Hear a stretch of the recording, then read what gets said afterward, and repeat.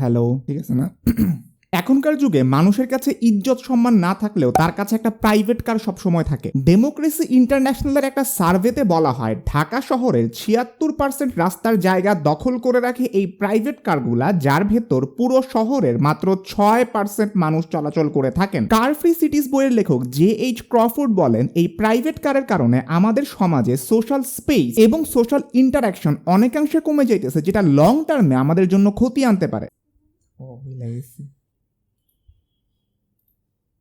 উত্তর পূর্ব ইতালির শহর ভেনিসে কিন্তু কোনো গাড়ি চলে না। এইটা পৃথিবীর গাড়িমুক্ত শহরের অন্যতম একটা উদাহরণ। এছাড়াও স্পেনের বার্সেলোনা, যেখান থেকে মেসি ভাই চলে আসছেন পিএসজিতে এখন, জার্মানির নুরেমবার্গ এবং হাইডেলবার্গ শহর, বেলজিয়ামের ঘেন্ট শহরেরও আংশিক অংশ প্রাইভেট কার মুক্ত ঘোষণা করা হয়েছে। আন্তর্জাতিক ঘটনাবলীর ব্যাড বয় সংযুক্ত আরব আমিরাতে যে ফিউচারিস্টিক একটা সিটি বানানোর পরিকল্পনা করা হইতেছে, যেটার নাম মাজদার সিটি, ওইটাকেও কিন্তু কার ফ্রি হিসেবে বানানোর পরিকল্পনা করা হইতেছে। সব মিলায় প্রশ্ন আসে, প্রাইভেট কার রাস্তায় থাকলে আসলে সমস্যাটা কি? বাংলাদেশের ট্রাফিক জ্যামের পিছনে এইটার কোনো হাত আছে কিনা? যদি এতই সমস্যা হয়, ধরেন আপনি প্রাইভেট কারকে উঠায় দিলেন, এইটার বিকল্প কি এখনো রেডি হয়েছে কিনা যেটা লং টার্মে সাস্টেইন করবে? এইগুলো সহ পুরো প্রাইভেট কারের ব্যাপারটা নিয়ে আমি আজকের ভিডিওতে আলোচনা করব। তো চলুন শুরু করা যাক।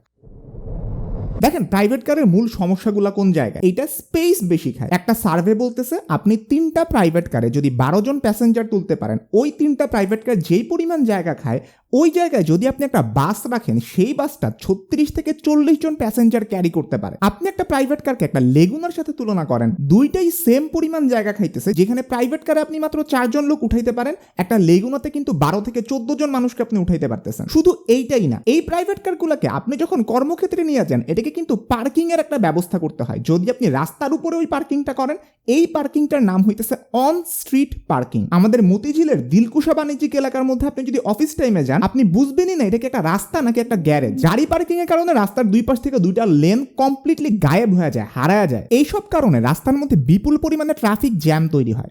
ওয়ার্ল্ড ট্রাফিক ইন্ডেক্স 2020 অনুযায়ী ঢাকা শহর 228টা শহরের মধ্যে 10 নম্বরে আছে সবচেয়ে খারাপ ট্রাফিক কন্ডিশনের দিক থেকে। ওয়ার্ল্ড ব্যাংকের একটা অ্যানালাইসিস বলতেছে, গত 10 বছর আগেও ঢাকা শহরে গড় ট্রাফিক স্পিড ছিল 21 কিলোমিটার পার আওয়ার, যেটা এখন কমে মাত্র 7 কিলোমিটার পার আওয়ারে এসে দাঁড়াইছে। রিসেন্টলি বুয়েটের অ্যাক্সিডেন্ট রিসার্চ ইনস্টিটিউট থেকে বলা হইতেছে, বর্তমানে ঢাকায় এভারেজ ট্রাফিক স্পিড 5 থেকে 6 কিলোমিটার পার আওয়ার। একটু তুলনা দেওয়ার জন্য বলি, একজন মানুষের হাঁটার যে স্পিডটা আছে না, এই এভারেজ ওয়াকিং স্পিড হইতেছে 6 থেকে 7 কিলোমিটার পার আওয়ার। ঠিকই শুনেছেন। তার মানে ঢাকা শহরের এভারেজ ট্রাফিকের স্পিড একজন মানুষের এভারেজ ওয়াকিং স্পিডের থেকেও কম। এইটা বোঝায় ঢাকা শহরে আপনি যদি একটা জায়গা থেকে আপনার গন্তব্যের মধ্যে হাইটা রওনা দেন, তাহলে ওইখানে টাইমলি পৌঁছাইতে আপনার যে কনফিডেন্সটা থাকবে, এমন কনফিডেন্স সহকারে লিটন দাসের রানের উপরেও কেউ ছাড় দিতে পারবে না। জীবনে যদি কখনো আপনার আত্মবিশ্বাসে ঘাটতি পড়ে, আপনি ওদের কাছ থেকে এই ব্যাপারে শিক্ষা নিতে পারেন যে ওরা কতটা কনফিডেন্ট ছিল। লিটন দাস T20-র মধ্যে সেঞ্চুরি কোনোভাবেই করতে পারবে না, আর না হইলে তো তাদেরকে 100% ছাড় দিতে হইতো। এরপরে আরেকটা ঝামেলা হইছে, বাংলাদেশের মানুষ এখন গণহারে প্রাইভেট কার কিনতেছে। রাস্তায় খালি গাড়ি আর গাড়ি। রাজধানী শহর তোমার কাছে প্রথম সবই অবাক লাগবে।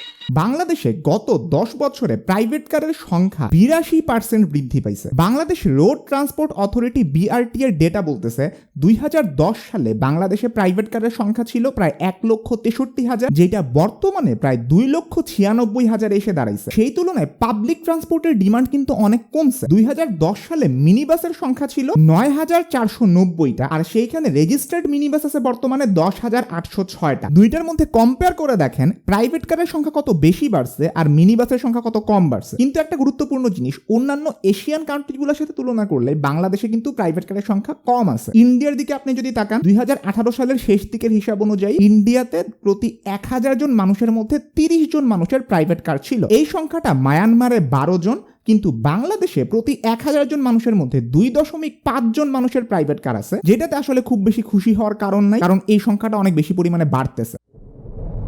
এখন আপনার কাছে প্রশ্ন হইতে পারে, মানুষ আসলে কেন গাড়ি চালায়? দেখেন, এখানে দুইটা পয়েন্ট আছে। নাম্বার 1, প্রাইভেট কার মানুষকে একটা ফ্রিডম বা ইন্ডিপেন্ডেন্স বা স্বাধীনতার স্বাদ দেয়। আপনাকে রিক্সাওয়ালার মামার কাছে যে হাতে পায়ে ধরা লাগতেছে না, বাসের জন্য লম্বা লাইনে দাঁড়ায় আপনাকে অপেক্ষা করা লাগতেছে না, আপনি যে কোনো সময় নিজের মর্জি মতন বের হইতে পারেন, যে কোনো রুটে আপনি আপনার গন্তব্যের মধ্যে চলে যেতে পারেন। এইটা একটা ফ্রিডম বা স্বাধীনতার সিম্বল। নাম্বার 2, এইটা একটা আভিজাত্যের সিম্বল। এই যুগেও অনেক ক্ষেত্রে গাড়ি কিন্তু শুধুমাত্র আপনার প্রয়োজন মেটায় না, এইটা আপনার সামাজিক স্ট্যাটাস যেটা আছে, আপনি যে অনেক টাকার মালিক, এই ব্যাপারটা শো করার জন্য আপনার একটা গাড়ি কিনা লাগে। সো মানুষ যে সবসময় প্রয়োজন থেকেই গাড়িটা ইউজ করে ব্যাপারটা এরকম না, এর পিছনে আরো অনেক কারণ থাকতে পারে। এবং যারা ফার্ভেন্ট কার ইউজার অর্থাৎ ইমোশনালি প্রাইভেট কারের প্রতি খুবই অ্যাটাচড, ওদেরকে আপনি যত ভালোই পাবলিক ট্রান্সপোর্ট দেন না কেন, গণপরিবহনকে আপনি অনেক উন্নত করলে ওরা প্রাইভেট কার দিয়েই চলাচল করবে। তার কারণ হচ্ছে এইটা ওদেরকে একটা আলাদা ধরনের স্যাটিসফ্যাকশন দেয়। এবার আসা যাক, আমি যে এত প্রাইভেট কার বাদ দেওয়ার কথা বলতেছি, এইটার বিকল্প আসলে কি হইতে পারে। সবচেয়ে বড় যে এক্সাম্পলটা সেটা হচ্ছে বাস। তাইলে চলেন দেখি বাংলাদেশে বাসের যে রেনোভেশনের কাজটা চলতেছিল ওইটার এখন কি অবস্থা। দেখেন, একটা প্ল্যান কিন্তু আসলে ছিল 6টা বাসের ফ্র্যাঞ্চাইজি থাকবে। আইপিএল এ যেরকম ফ্র্যাঞ্চাইজি ভিত্তিক খেলা হয়, বাংলাদেশের যত প্রাইভেট বাস কোম্পানি আছে সবগুলা 6টা ফ্র্যাঞ্চাইজির আন্ডারে চলবে। এটা করলে সুবিধা হইতো কি, প্রাইভেট যে বাস কোম্পানিগুলো আছে ওদেরকে রেগুলেট করা অনেক সহজ হইতো। ওরা যাতে ধুমধারাক্কা বাসের ভাড়া বাড়ায় ফেলতে না পারে, ওদের ড্রাইভারদের ড্রাইভিং লাইসেন্স যাতে ঠিক মতন থাকে, হেল্পাররা যাতে যথেষ্ট ট্রেইনড হয়, এই ব্যাপারগুলো এনশিওর করা অনেক সহজ হইতো।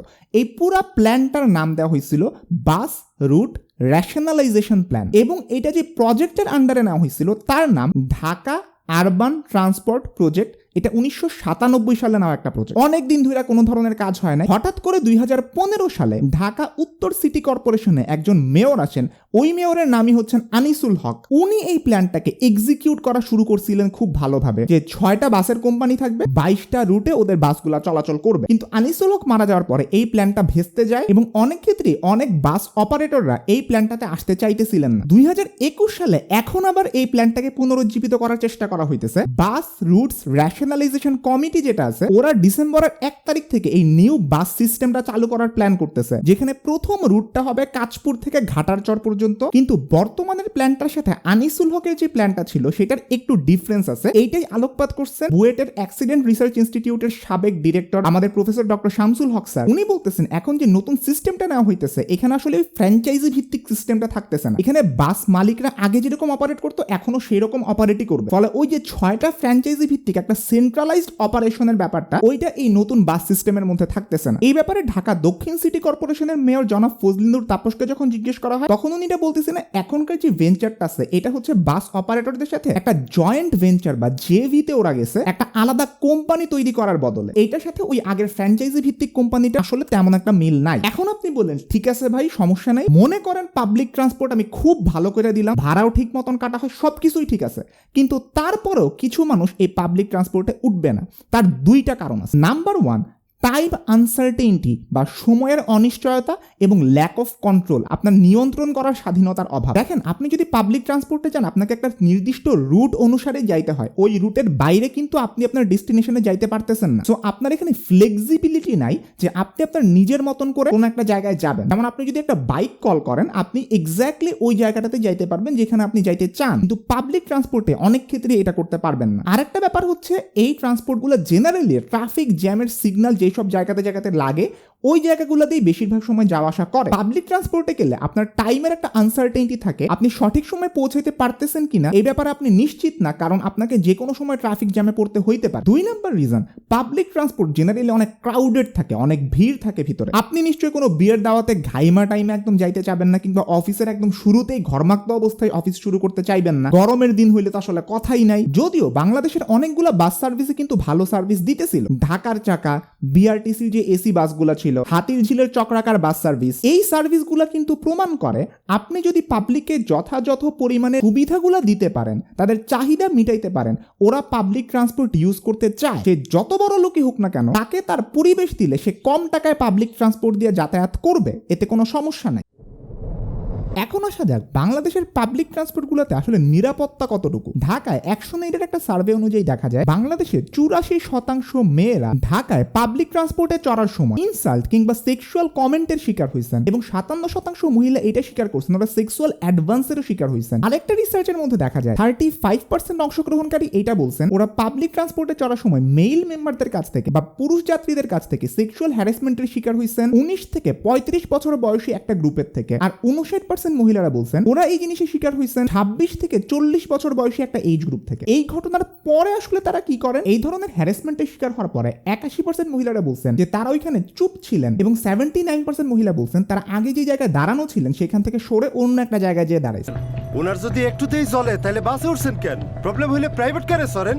এই পুরো পরিস্থিতিটা যদি আপনি বিবেচনা করেন আমাদের পাবলিক ট্রান্সপোর্ট কিন্তু এখনো সবার জন্য নিরাপদ না। এই কারণে অনেকেই প্রাইভেট কারকে যেমন প্রেফার করেন তেমনি ইন্ডিভিজুয়াল যে যানবাহন আছে যেমন রিক্সা কিংবা সিএনজির মতন যানগুলা ওইগুলাকে প্রেফার করেন বেশি, অ্যাটলিস্ট দিনের বেলাতে। একজন আরবান এক্সপার্ট এবং স্থপতি ইকবাল হাবিব এইটা বলতেছিলেন যে 2017 সালে গভর্নমেন্ট সার্ভে অনুযায়ী প্রায় 6,900 বাস ছিল, এর মধ্যে মাত্র 2,600 বাসকে ওভারহল কিংবা আপগ্রেড করা যায়, কিন্তু বাকি বাসগুলা ঢাকা শহরে চলার জন্য পুরোপুরি আনফিট ছিল। আমরা বাস নামাবো সেটা অবশ্যই ঠিক আছে, কিন্তু তার কারণে আমরা ফিটনেসবিহীন পাবলিক ট্রান্সপোর্টকে কখনোই সমর্থন করতে পারি না। ঢাকা শহরের জ্যামের আরো দুইটা ইম্পর্টেন্ট কারণ আছে।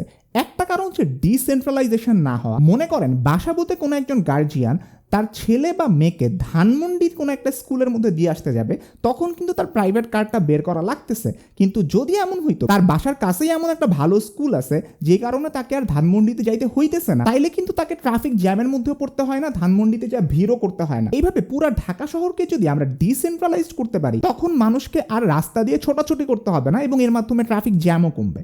দ্বিতীয় ব্যাপার, শুধুমাত্র বাস বাড়াইলেই হবে না, এই বাসগুলো যাতে নিয়ম মাইনা চলে এই ব্যাপারটা ইনশিওর করতে হবে। কারণ অনেক ক্ষেত্রে অনিয়মিতভাবে চলার কারণে কিংবা ট্রাফিক রুল ভঙ্গ করার কারণে রং সাইড দিয়ে যাওয়ার কারণে ইভেন এই পাবলিক ট্রান্সপোর্ট থাকার পরেও আপনার ট্রাফিক জ্যামের কোনো ধরনের সলিউশন আসবে না। প্রাইভেট কারের এই সমাধান হিসেবে অনেক দেশ কিন্তু এরকম সিস্টেমও চালু করছিল যে জোর সংখ্যার যে প্রাইভেট কারগুলো আছে ওইগুলো একদিন চলবে আর বিজোড় সংখ্যার যে প্রাইভেট কারগুলো আছে এটা অন্য দিন চলবে। এখানে সবচেয়ে বড় যে কোশ্চেনটা দাঁড় হয়, আপনি কিন্তু কোনো রোগীকে পাবলিক ট্রান্সপোর্টে উঠাইতে পারবেন না। আপনার বাসায় একটা প্রাইভেট কার আছে এবং আপনার বাসায় সেই দিনই কোনো একজন রোগীকে হাসপাতালে নিতে হবে, আপনার প্রাইভেট কারটা কিন্তু সেই দিন অনেক গুরুত্বপূর্ণ একটা বাহন হয়ে দাঁড়ায়। এই ধরনের ইমার্জেন্সি সিচুয়েশন গুলোতে আপনি যদি প্রাইভেট কারকে বের হইতে না দেন সেইটা আপনার নাগরিকদের জন্য অনেক বড় ধরনের সমস্যা তৈরি করবে। সো ওভারঅল যদি আমি সামারি করি, প্রাইভেট কারকে শুধুমাত্র বন্ধ করলেই হবে না, এটার বিকল্প হিসেবে আপনি যতগুলো সমস্যার উদ্ভব হইতেছে সেগুলোকে সমাধান করতে পারতেছেন কিনা এটা ইনশিওর করা অনেক গুরুত্বপূর্ণ একটা জিনিস।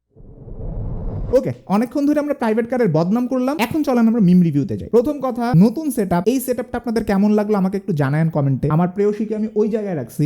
/নাইমুর রহমান বলতেছেন সেই মেটা ফেসবুক মেটায় কনভার্ট হয়ে যাইতেছে, এটা খুবই ভালো একটা জিনিস। আমি জানি না বাংলাদেশ আসতে কতদিন লাগবে। ইনফ্যাক্ট আমার এটাও খুব ভালো লাগছে জাকারবার্গ এত পরিমাণ কন্ট্রোভার্সির পরেও ঠিক এই সময় মেটাটাকে লঞ্চ করতে পারছে দেখে। এইসব জিনিস থেকে আপনি মোটিভেশন নেবেন। ওর দিন দুনিয়া সব ছারখার হয়ে যেতেছে এই ফ্রান্সিস হেগেন এই মেটার জন্য, কিন্তু এরপরে ওর যে স্বপ্ন মেটা এটা কিন্তু হাইমা থাকে না, এইটাও কন্টিনিউ করছে। নাফিস ফ্রম খানা কই টিকটক খোলার পরে এনআইট স্যার কন্টেন্ট তো কন্টেন্টই ভাই। স্যারকে প্রিভিয়াসলি সাপোর্ট করা টক্সিক জনগণ না, আপনি ক্রিঞ্জ হয়ে গেছে। আমি ইদানিং খুব বেশি এই কমেন্টগুলোর গায়ে লাগাই না, তার কারণ টিকটকের মধ্যে কিন্তু তাসনিম জারা আপুরও অ্যাকাউন্ট আছে এবং হাজার হাজার ভিউ হইতেছে। আপনি যদি ওই কন্টেন্টগুলোর ক্রিঞ্জ বলে তাইলে আমি জানি না আসলে আপনার ক্রিঞ্জ কন্টেন্ট সম্পর্কে কোনো আইডিয়া আসলে আছে কিনা। একটা প্ল্যাটফর্ম আসলে কখনো ক্রিঞ্জ হইতে পারে না, ওইখানে যেই মানুষগুলো থাকে এবং যেই ধরনের কন্টেন্ট ক্রিয়েটররা থাকে ওরা এটারে ক্রিঞ্জ বানায়। ইউটিউব কিন্তু খুব যে ভালো প্ল্যাটফর্ম ছিল এরকমও না, ইউটিউবের মধ্যে হাজার ধরনের ক্রিঞ্জ কন্টেন্ট ছিল। এখানের মানুষগুলো ভালো হওয়ার পরে আস্তে আস্তে ক্রিঞ্জ কন্টেন্ট কমছে। Riyad gamer boy 40098, no offence. Enayet Chowdhury from America, Enayet Chowdhury from Japan ঘোলা করে দিছে। দুনিয়ার কারো মাইক্রোফোনই এত লম্বা হবে না যে নিচের কানেকশন থেকে এই পর্যন্ত হাত পর্যন্ত উঠে আসে আপনি কথা বলতে পারবেন। আমি আশা করি বুঝাইতে পারছি আমি কি বলতে চাইতেছি। বকা দিলে তো ভয় লাগে। মুশফিকের ফ্যানরা এমন করে এমন মানে কি আমি বুঝি না। আমি আমার সাপের ছবি পাঠাই ইনবক্সে, কিছু কইলে ভাই ভাই ভাই আপনি এরকম করছেন কে? এরকম এটার মানে কি? নিচে সাপ আছে কি রঙের? সবুজ রঙের।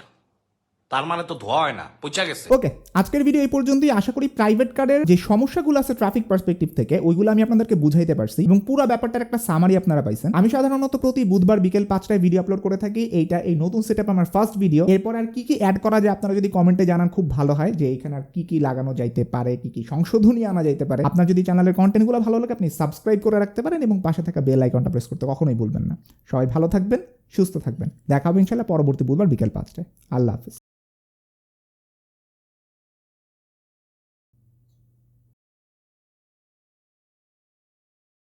কাট।